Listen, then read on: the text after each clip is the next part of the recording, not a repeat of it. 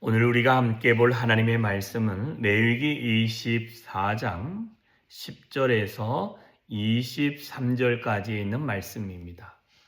레위기 24장 10절에서 23절 좀 긴데 같이 읽습니다. 시작.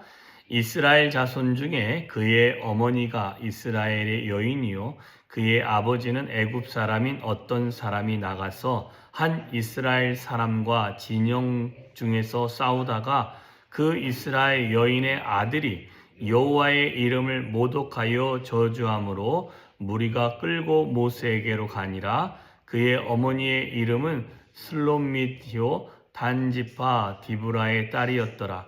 그들이 그를 가두고 여호와의 명령을 기다리더니 여호와께서 모세에게 말씀하여 이르시되 그 저주한 사람을 진영 밖으로 끌어내어 그것을 들은 모든 사람이 그들의 손을 그의 머리에 얹게 하고 온 회중이 돌로 그를 칠지니라. 너는 이스라엘 자손에게 말하여 이르라. 누구든지 그의 하나님을 저주하면 죄를 담당할 것이요 여호와의 이름을 모독하면 그들을 반드시 죽일지니 온 회중이 돌로 그를 칠 것이라. 거류민이든지 본토인이든지 여호와의 이름을 모독하면 그를 죽일지니라. 사람을 쳐 죽인 자는 반드시 죽일 것이요 짐승을 쳐 죽인 자는 짐승으로 짐승을 갚을 것이며 사람이 만일 그의 이웃에게 상해를 입혔으면 그가 행한 대로 그에게 행할 것이니라. 상처에는 상처로 눈에는 눈으로 이에는 이로 갚을지라. 남에게 상해를 입힌 그대로 그에게 그렇게 할 것이며 짐승을 죽인 자는 그것을 물어 죽일 것이요 사람은 죽일 자는 죽일지니라. 거류민에게든지 본토인에게든지 그 법은 동일하게 할 것은 나는 너희의 하나님 여호와입니다. 모세가 이스라엘 자손에게 말하니 그들이 그 저주한 자를 진영 밖으로 끌어내어 돌로 쳤더라. 이스라엘 자손이 여호와께서 모세에게 명령하신 대로 행하였더라. 아멘.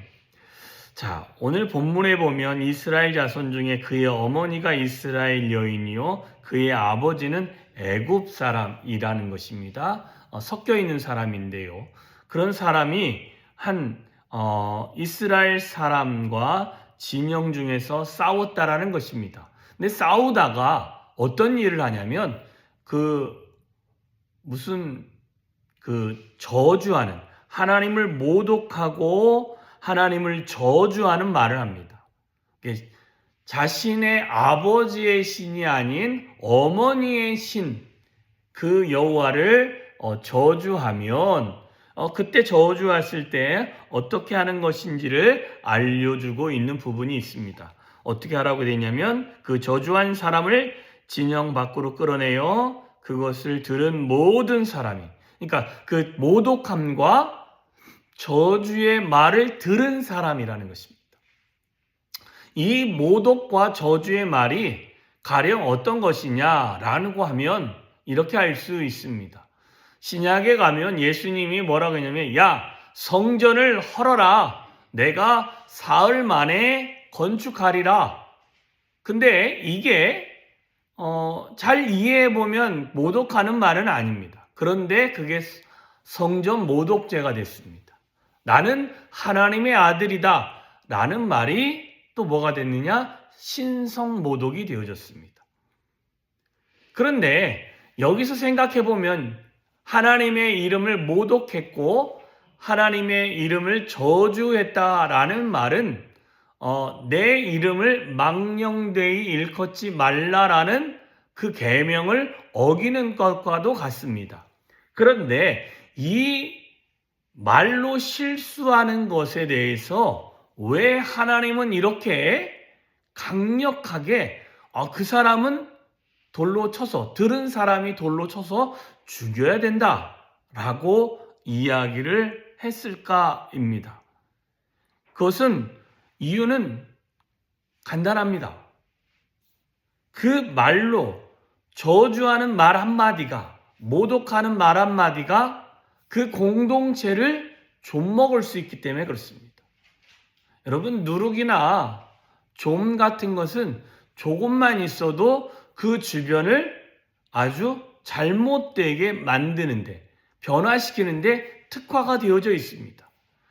사람이 좋은 것을 습관화시키는 데는 오래 걸리는데, 좋지 않은 것들을 습관화시키는 것은 그렇게 오랜 시간이 필요하지 않습니다. 한번 입에 저주하는 말이 붙으면 그 말을 사용하는 빈도의 횟수가 늘어나면 늘어났지 줄어들지는 않습니다. 그래서 사도 바울도 너희 입 밖에 어떤 악한 말도 내뱉지 말라라고 에베소서에서 말씀하고 계시는 것입니다. 그러니까 공동체 하나를, 하나님을 모독하는 말 하는 사람을 그냥 내버려 두면 그 사람 때문에 이 공동체가 아무렇지도 않게 자신들이 믿는 신을 저주하고 모독하는 일을 하게 되어진다는 것입니다.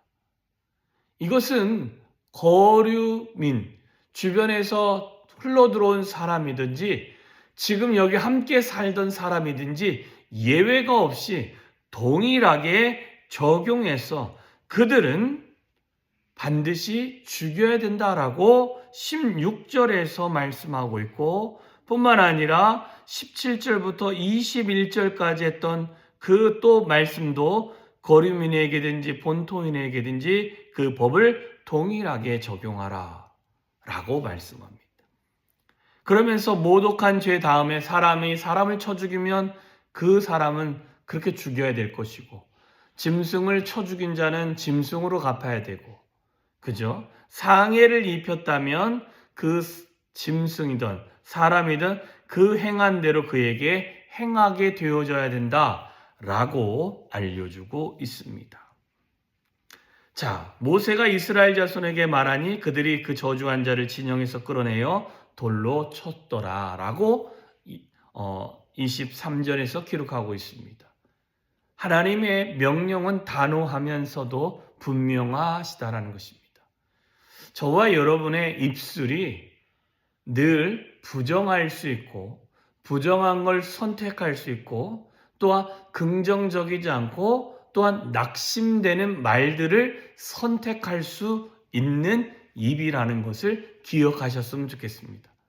여러분, 입술은 여러분 그냥 아무 생각 없이 말을 하다 보면 불쑥 튀어나올 수 있는 말들이 아주 많이 있습니다.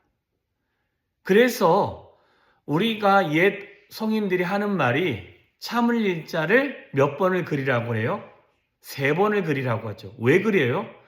생각해보고 또 생각해보고 또 생각해본 다음에 말을 해야 되지, 그렇지 않으면 말로 사람 죽이는 것이 어떻게 해요? 쉽다라는 겁니다.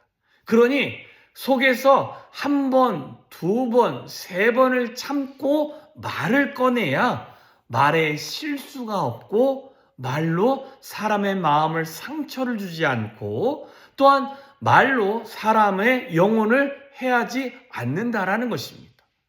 그런데 하나님을 향하여 우리가 참아보지도 않고 아무 생각 없이, 그죠?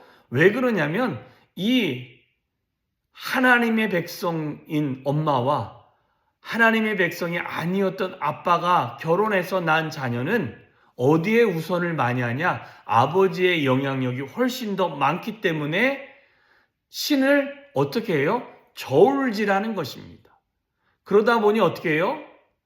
자신이 믿지 않고 자신이 더 의지하는 신보다 여호와 하나님이 아닌 것처럼 느껴지니 주변 사람들을 좀먹게 하고 누룩처럼 퍼져서 여호와 하나님을 무시하는 발언들이 아무렇지도 않게 나오게끔 만들어내는 처음 시작점이 되니 하나님은 그런 것 자체를 용납하지 않고 어떻게든 하나님의 이름이 망령되이 일컫지 아니할 수 있도록 그런 사람들을 아예 공동체에서 끊어내야 그 공동체가 건강해짐을 말씀해 주고 있습니다.